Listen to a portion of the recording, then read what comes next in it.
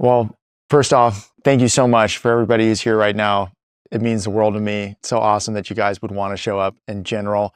And this is like the greatest group of faces that I can see. It's really exciting. Ultimately, the goal for today, at least on my end, is to express like what the greater mission of what we're doing here really is. And I think we just need to be a bit more tactical with all of this. It's really beyond like faith and religion and a lot of things that people have an unpleasant relationship with. Right now, we're living in a very confused day and age where mental illness is at an all-time high. We have essentially the best way of living, perhaps in human history, yet everybody is depressed and suicide rates are off the charts, and mental illness is encouraged and is getting worse every single day. So I want to talk about why one would want to, or really what are the alternatives, right? And so at this given day and age, we have moved away from God and the values that come with that. And you see, if all of us, different religions, ethnicity, and backgrounds, were to follow this way of living, then we would all really be living such a beautiful life. And it doesn't really matter if you're a little bit above, a little bit below, a little to the right, a little to the left. Ultimately, we're all worshiping the same God, whether or not we even label him differently. And I think it's important to understand that God of the universe, the one who created the heavens, the earth, and everything that roams in it, including ourselves, the human beings made in his likeness and in his image, that God is a limitless power. And I don't believe that he will only have one name. And so however you know him, I encourage you to continue down that path. But ultimately, we have a lot of literature and history and antiquity to give us really good evidence as to what happened and what did not happen. Now, there is even literature that predates the Bible, and most of it is kind of showing the hedonistic and satanic practices and religions that existed prior to the Abrahamic timeline and beliefs. Now, a lot of those stories, including archaeology, do confirm that the things in the Bible did happen. But even beyond that, what does it do for your life is really the most important thing. And so it gives us guidance, it gives us direction. And you see, I just want to read the story, and the story stands for itself, giving a good timeline for history and the things that have happened. But it also allows us to come to really incredible conclusions. Now, that's what's really amazing. I know there's this idea that there's just an infinite amount of interpretations and ideas that people can drive from it. And I think we see very often that the interpretations turn into a very negative practice, and they tend to create literature far beyond the literature that God has given us.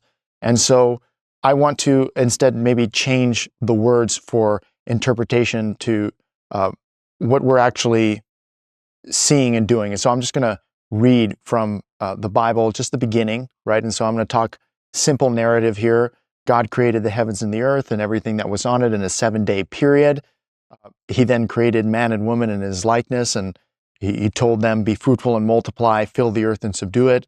And he blessed them. And you see the woman, she, both the man and the woman had one thing that they were told to from God. He said, don't eat of the fruit, right? Of the tree of knowledge and good and evil. And so shortly after everything has been created and mankind lives in this utopia, man, both male and female as that species, the female has a dialogue with the snake, and the snake is a creature that I think still exists in all of us today, and it's something that we know is a very cunning and conniving sort of creature, and it has a particular influence on the woman. And so in the nature of this particular story, the woman gets bad ideas from the snake, and she listens to the snake to take from the tree, and then she goes to her man, and her man takes, and he listens to his wife, and then God approaches both of them, and they have an opportunity here. They have an opportunity to take accountability. And I like to break it up into 3 simple scenarios. So the first scenario is, well, Adam doesn't listen to his wife. Or actually, the best one is Eve doesn't listen to the snake and doesn't partake. So that I want to acknowledge as that is something that we can all do, okay? We don't have to keep repeating this cycle. And then the second thing is that, well, if the woman does give in to, perhaps you could say, her nature or her lesser nature, and she listens to the snake, that her husband is given opportunity to not listen to his wife in this capacity. And then you could go the latter, which is, you know what? They both did what's within their nature and perhaps is maybe bound to happen anyways. And they're presented by God with an opportunity to confess. And they do not. What ends up happening is they say, my wife was the one who made me eat. And then you ask the wife, and the wife says, it was the snake that made me eat. So this comes to the third scenario, which is we, as human beings, are supposed to take accountability for our actions. We're not supposed to point our fingers at other people. And so you see these interpretations that come from the Bible. I like to call them conclusions. And most of us, by reading this incredibly powerful story, tend to come up with good conclusions. And so the story, though, is not changed. It doesn't, we don't add to it to the right or to the left. And I'm encouraging people to read that story. And so I tried to summarize just a little bit of what goes on in the Genesis story. And then shortly after, you see Adam and Eve do have children. They have Cain and Abel. So I want to read the story of Cain and Abel because a little prior to this, I spoke about the mental illness and the crisis and just problems that people have in general. And how are we supposed to deal with our own issues? And when essentially our countenance falls, we feel bad. So the best example for this, and I think everybody should be able to draw their own conclusions from the story, I will just read what happens with Cain and Abel. Now the man had known his wife Eve, and she conceived and bore Cain, saying, I have acquired a man with Yahweh. And additionally, she bore his brother Abel. Abel became a shepherd, and Cain became a tiller of the ground. After a period of time, Cain brought an offspring to Yahweh of the fruit of the ground. And as for Abel, he was brought of the firstlings of his flock and from their choicest. Yahweh turned to Abel and to his offering, but to Cain and to his offering he did not turn. This annoyed Cain exceedingly, and his countenance fell. And Yahweh said to Cain, Why are you annoyed? And why has your countenance fallen? Surely, if you improve yourself, you will be forgiven. And if you do not improve, sin rests at the door. Its desire is towards you, yet you can conquer it.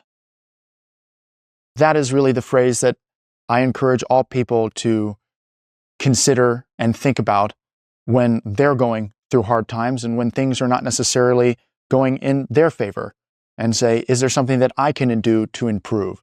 Now, personally, this has been one of the most powerful phrases in the Bible for my own self-improvement, because boxing and this gym actually has been an outlet for me to be essentially a high-functioning depressed person at a certain point in my life when I had went through some really hard difficulties.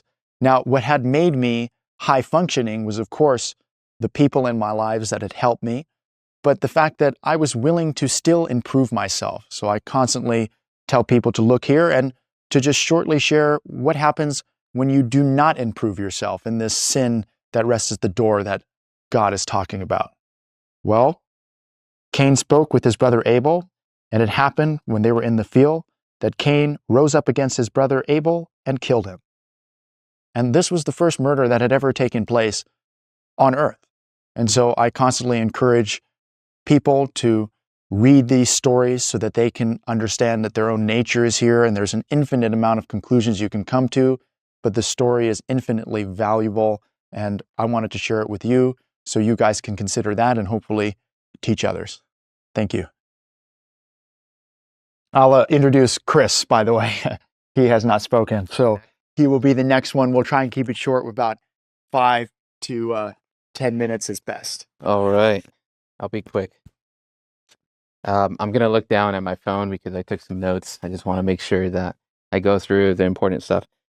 Just to share a little bit about myself, I grew up in a typical Mexican household, Catholic dominant, and pretty much I had no father figure. My father died when I was 3.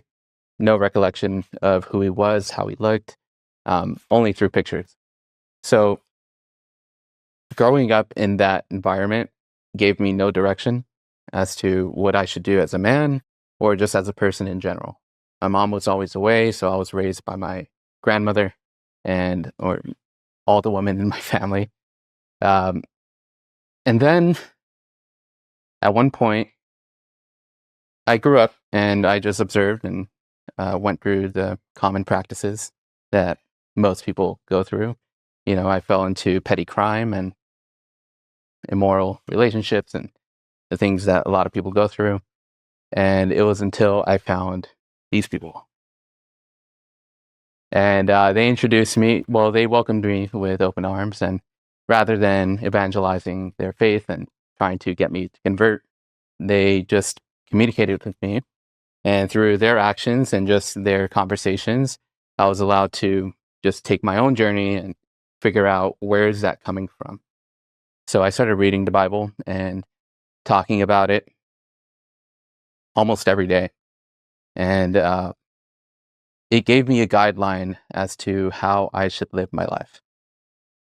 And with that, I took initiative and I was able to experience the blessings and all the fruit that come along with following the commandments of God. And it's dramatically just improved my life. And I guess the important piece wasn't necessarily taking this journey by myself. The important piece was having people surrounding you, actually keeping you accountable, because we do live amongst people, right? We're not alone. You're not going to be in your bedroom studying all day, trying to figure out like what what consists in this existence. There was another point that I wanted to bring up. At one point, after I made my own conversion just through what is required through the 5 books of Moses, I started realizing that there must be a correct way in order to convert yourself, right? Because like outside, people are not going to convert you formally. They're going to convert you through their own practices, what they've learned from their priests or their rabbis. And the reason why I find this even important to say is because you cannot take anybody's word completely as true. You can only take God's word as true. And that only comes through having faith in, honestly, a text or through your own relationship with God.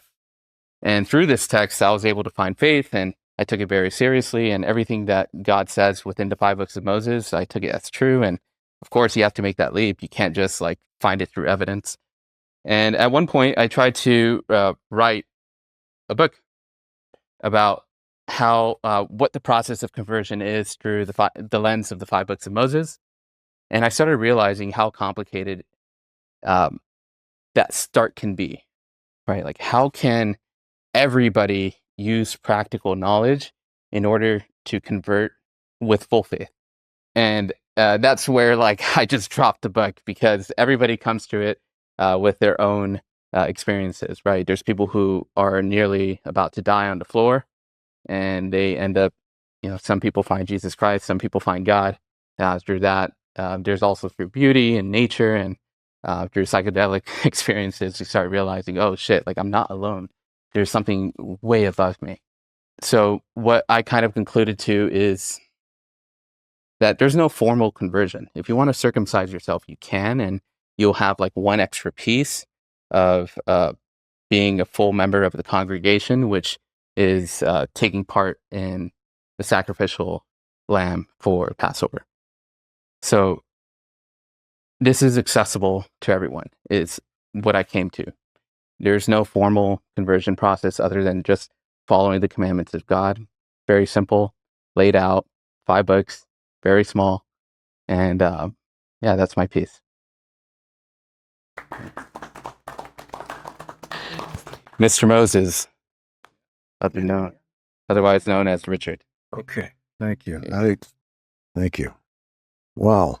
Well, Chris Andrande is a remarkable person. You should look him up on the internet. He's talking eloquently and right on the money to the public, and it's really worth it.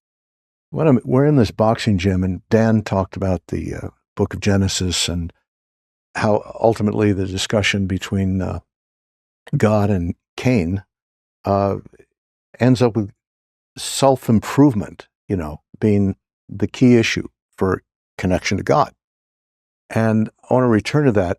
I'm blessed that I have a number of sons, some in their 40s, some in their 30s, one in their 30s, and several in their 20s.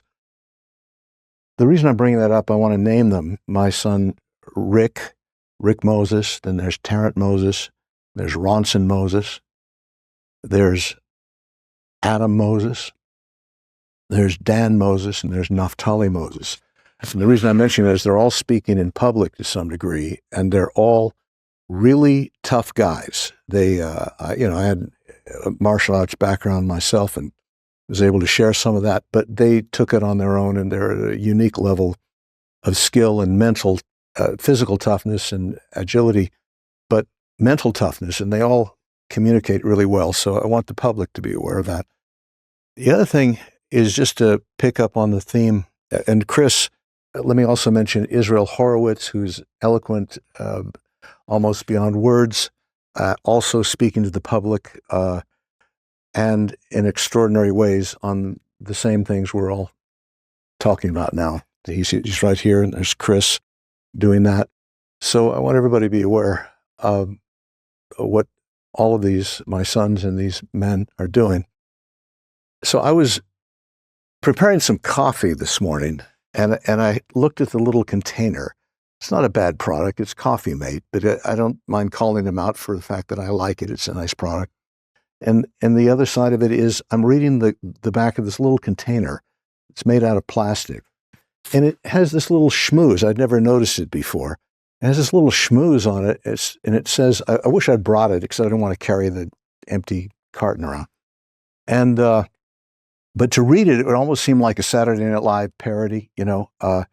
It seems like it talks about, in a cheerful way, how nice it is that we engage in morning coffee and we're all in this journey together. So help us continue to improve the world by using less plastic, right? Now, you would think that's got to be a joke, right? Except now that's saying, so you're going to improve the world. This is the message that's in the culture. It's not to pick on them in particular, because at least it's tiny little print on the bottle. And, but the whole idea that improving the world, anyone would say, except as a joke, the idea that improving the world is going to be achieved by using less plastic, it's idiotic beyond words. So going back to the thing, though, that Dan was talking about, I'm sorry? Okay. All right. So Dan was talking about the book of Genesis, which outlines in the beginning, God creates the heavens and the earth and how he goes about it. And we understand that's multidimensional communication. And so going on with the subject of before they get to the garden, because he did a great summary of the issues with Adam and Eve. But he says, and God caused to sprout from the ground every tree that was pleasing to the sight and good for food. Also the tree of life in the midst of the garden, and the tree of knowledge of good and bad. And then God said, of every tree in the garden you may freely eat, but the tree of knowledge of good and bad you must not eat thereof, for on the day you eat of it you will surely die. Now, the interesting thing is, everything in the world exists in this garden, this idyllic garden, the tree of life and the tree of knowledge of good and evil. And everything is permitted, including the tree of life, right? Mankind could choose eternal life. You can have everything that's good, that's for your enjoyment, pleasing to your senses, and eternal life. But the only thing you can't do is the tree of knowledge. You can't eat is the tree of knowledge of good and bad. And then, as Dan said accurately, he approaches the woman, and the serpent says, did God say you shall not eat of any tree of the garden? And the woman said to the serpent, of the fruit of any tree of the garden we may eat, of the fruit of the tree of which is in the center of the garden, God has said, you shall neither eat of it nor touch it, lest you die. And the serpent said to the woman, you will not surely die, for God knows that on the day you eat of it, your eyes will be open and you will be like God, knowing good and bad. So here you are. You can have everything in this world. Mankind, this is our inclination. All of us. None of us exempt from this. We can have everything in the world that's good, even eternal life. Man, given that option, doesn't choose it. He always says, no, I don't want that. I want eternal life. I don't want to be a human with all the blessings that God has. I want to be God. There's that voice that says, I want to be in charge. I want to define reality, which is basically the message here, the ego message. Then you can do, and of course, this is the downfall of man. And later on, the offspring of Adam and Eve, the first offspring, the two brothers, and Cain kills his brother Abel. Dan read it perfectly. And just to make that point, I'll restate it because repetition is not enough on this sort of thing, as Dan already said. God says to Cain, why has your countenance fallen? Surely you can improve yourself and things will get better. If not, sin crouches at the door and its desire is for you. Yet you can overcome it. Dan's translation is you can conquer it. God himself is telling us through the narrative, mankind, you have this inclination, but you can do it. I made you. I know you can do it. I'm telling this to all of us. We can do it. We have to choose self-improvement over I'm going to define right and wrong. Because the right and wrong has been defined for us.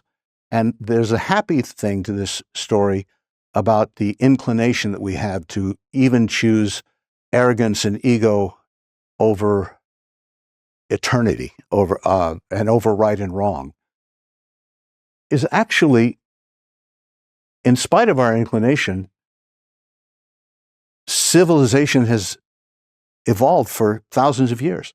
And cities have been built in Paris and Rome and London and New York and Los Angeles into the 21st century. And it's magnificent. The human achievement is amazing. So that only happens in the people that are very simple with God. I understand the 10 Commandments are basic. There's right and wrong. Thou shalt not steal. Everything's going to go bad if you're going to be murdering people. Everything's going to go bad if you're going to be stealing from people. Everything's going to go bad if you commit adultery. Everything is going to go bad if you take any power but God, even things that are real, even good things, ambition, lust, passion. Those are good things. You just can't put them above God. They're under God. In the Hebrew, it's lo Elohim acharim al panav. You shall not have any powers that come after me before my face. That's another way of saying it. Everything that I made is real. The sun, the moon, and the stars are real. But you can't put any one of them. Lust is real. Love is real. You just can't put it above the right or wrong definitions that are in the 5 books of Moses. And if we just, how do you do that? How do we wrestle with our nature? Well, we have a choice between becoming egotistical maniacs or deciding that we are God, or simply saying, whatever I am, I'm not as good as I could be. Let me make myself better. And just tying it into the boxing motif, and my sons, all of them whom are expert fighters as well as elegant thinkers, you can improve yourself, and physically doing so is one of the easy fixes that we can do. And the discipline, it starts helping us right away. So anyway, I think that's the main point I want to make, and that's it. That's a wrap. All right. Thank you. Here we go. I want to give this to Israel. Our final finale. Hi, everyone. I suppose me ending up at a boxing gym in an unofficial faith gathering makes a lot of sense for my own journey. I grew up ultra Orthodox. I was studying in what would be called a rabbinical school ever since I was a little child into adolescence and adulthood. And it consisted of study hours from 7 a.m. in the morning till 10 p.m. at night, where we were just reading these books of religion. But they were books, as Dan was mentioning earlier, interpretive books, works by rabbis over thousands of years, saying lots of things that were destructive to the development of young men and robbing them of their physicality, robbing them of their responsibility, really, to go out into the world and conquer and confront their own nature. And so once I matured to the point where I realized that wasn't what I wanted for my life, I left, and I realized I wanted to start pursuing real connection, and I was trying to be as honest as I could, and that honesty even led me to a point of denying religion altogether, because I thought that that was the most truthful position one can take. But upon further analysis, and again after meeting these men here, I think we together we're trying to search for an ethic and an understanding of religion, and specifically the Torah being the foundation of the world religions and the foundation of Judaism, that there is a way to follow it that is not part of the organized religion. It's not part of the sanctioned way of doing things, yet it's actually far more truthful and to the point of what life is. And I think the fact that boxing and fighting and working out is somehow involved with that speaks to this point that classically religion is this denial of flesh, denial of physicality. The holiest people are the ones who lock themselves up in a room and never engage with the world. But that in and of itself is a false belief, and it's a destructive belief, and it actually creates conflict between the physical and the spiritual when that's not what's supposed to be going on. There is supposed to be unity in God's creation, and everything God made is very good. And there's absolutely a way for us to realize our physicality to its highest extent while being informed by the Spirit and by God, who's the creator of all. And I think that that's what the Torah provides. It provides a framework of existence, of what it means to be a human being on earth, what it means to be a man, what it means to be a woman, and what a life looks like where we're capable individuals, people who know how to defend ourselves, who know how to fight, who know how to, again, conquer, which is one of the first things God says. He says, be fruitful and multiply, fill the earth and conquer it. So it's absolutely part of our nature to be full of life and to want more and to want to achieve greater things. And I think that that's a form of religion that's missing, because religion in its modern iteration is just usually a way to limit people and control them. And it's been that way for a long time. And there's a lot of corruption in organization that leads to a disconnect from God and from our true nature. So I pray that what we're able to do here is have more meetings like this, and hopefully we'll have a full house, but we got to start with individuals. And I think that that's what really matters. Even one person could be the change that the world needs. I think that's another big message in the Torah. Even though the Torah is following the story of humanity and the story of the nation of Israel, it's also following the stories of individuals. Noah being a single individual who's the reason for the world's salvation. So an individualistic ethic that's rooted in the Torah that encourages every single person to take up the mantle in their own life and to not wait for someone else to do the job for them, but to integrate their physicality, their spirituality, their mentality, their emotionality, all of the elements of our humanity that's so complex yet so interconnected. And then we can become truly wholesome individuals who walk with God faithfully and achieve great things for our present time and for future generations as well, God willing.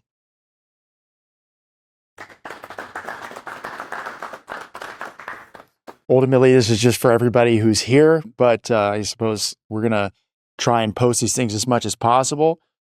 It's kind of an unpleasant narrative, but ultimately, the world is in such a chaotic state, and the ideas, particularly towards promoting violence and degeneracy and a denial of reality and a separation of families and men and women. You see, we don't have much choice, but people who are doing what we're doing right now, Anybody who needs the help, go ahead and bring them here. This is an open house for everybody. Tell your friends about it. It's entirely free, and there'll only be more opportunity as the more people that get to know it. The second thing is we now need to start putting our faces everywhere and saying this all the time. Because you see, the most valuable thing that we have is actually each other. If things were to become bad, the government's not going to protect you. The police are not going to protect you. A place like this would, though, right? And if there's enough of us together, then perhaps we'll actually have some safety. And the best confidence that we'll have is we're all here because we believe in the God of the universe, and we can conquer anything with him by our side. And so I just want to encourage you guys to tell your friends and other people of that nature, and know that we're simply a community center for help. And it's a great blessing to have all of you.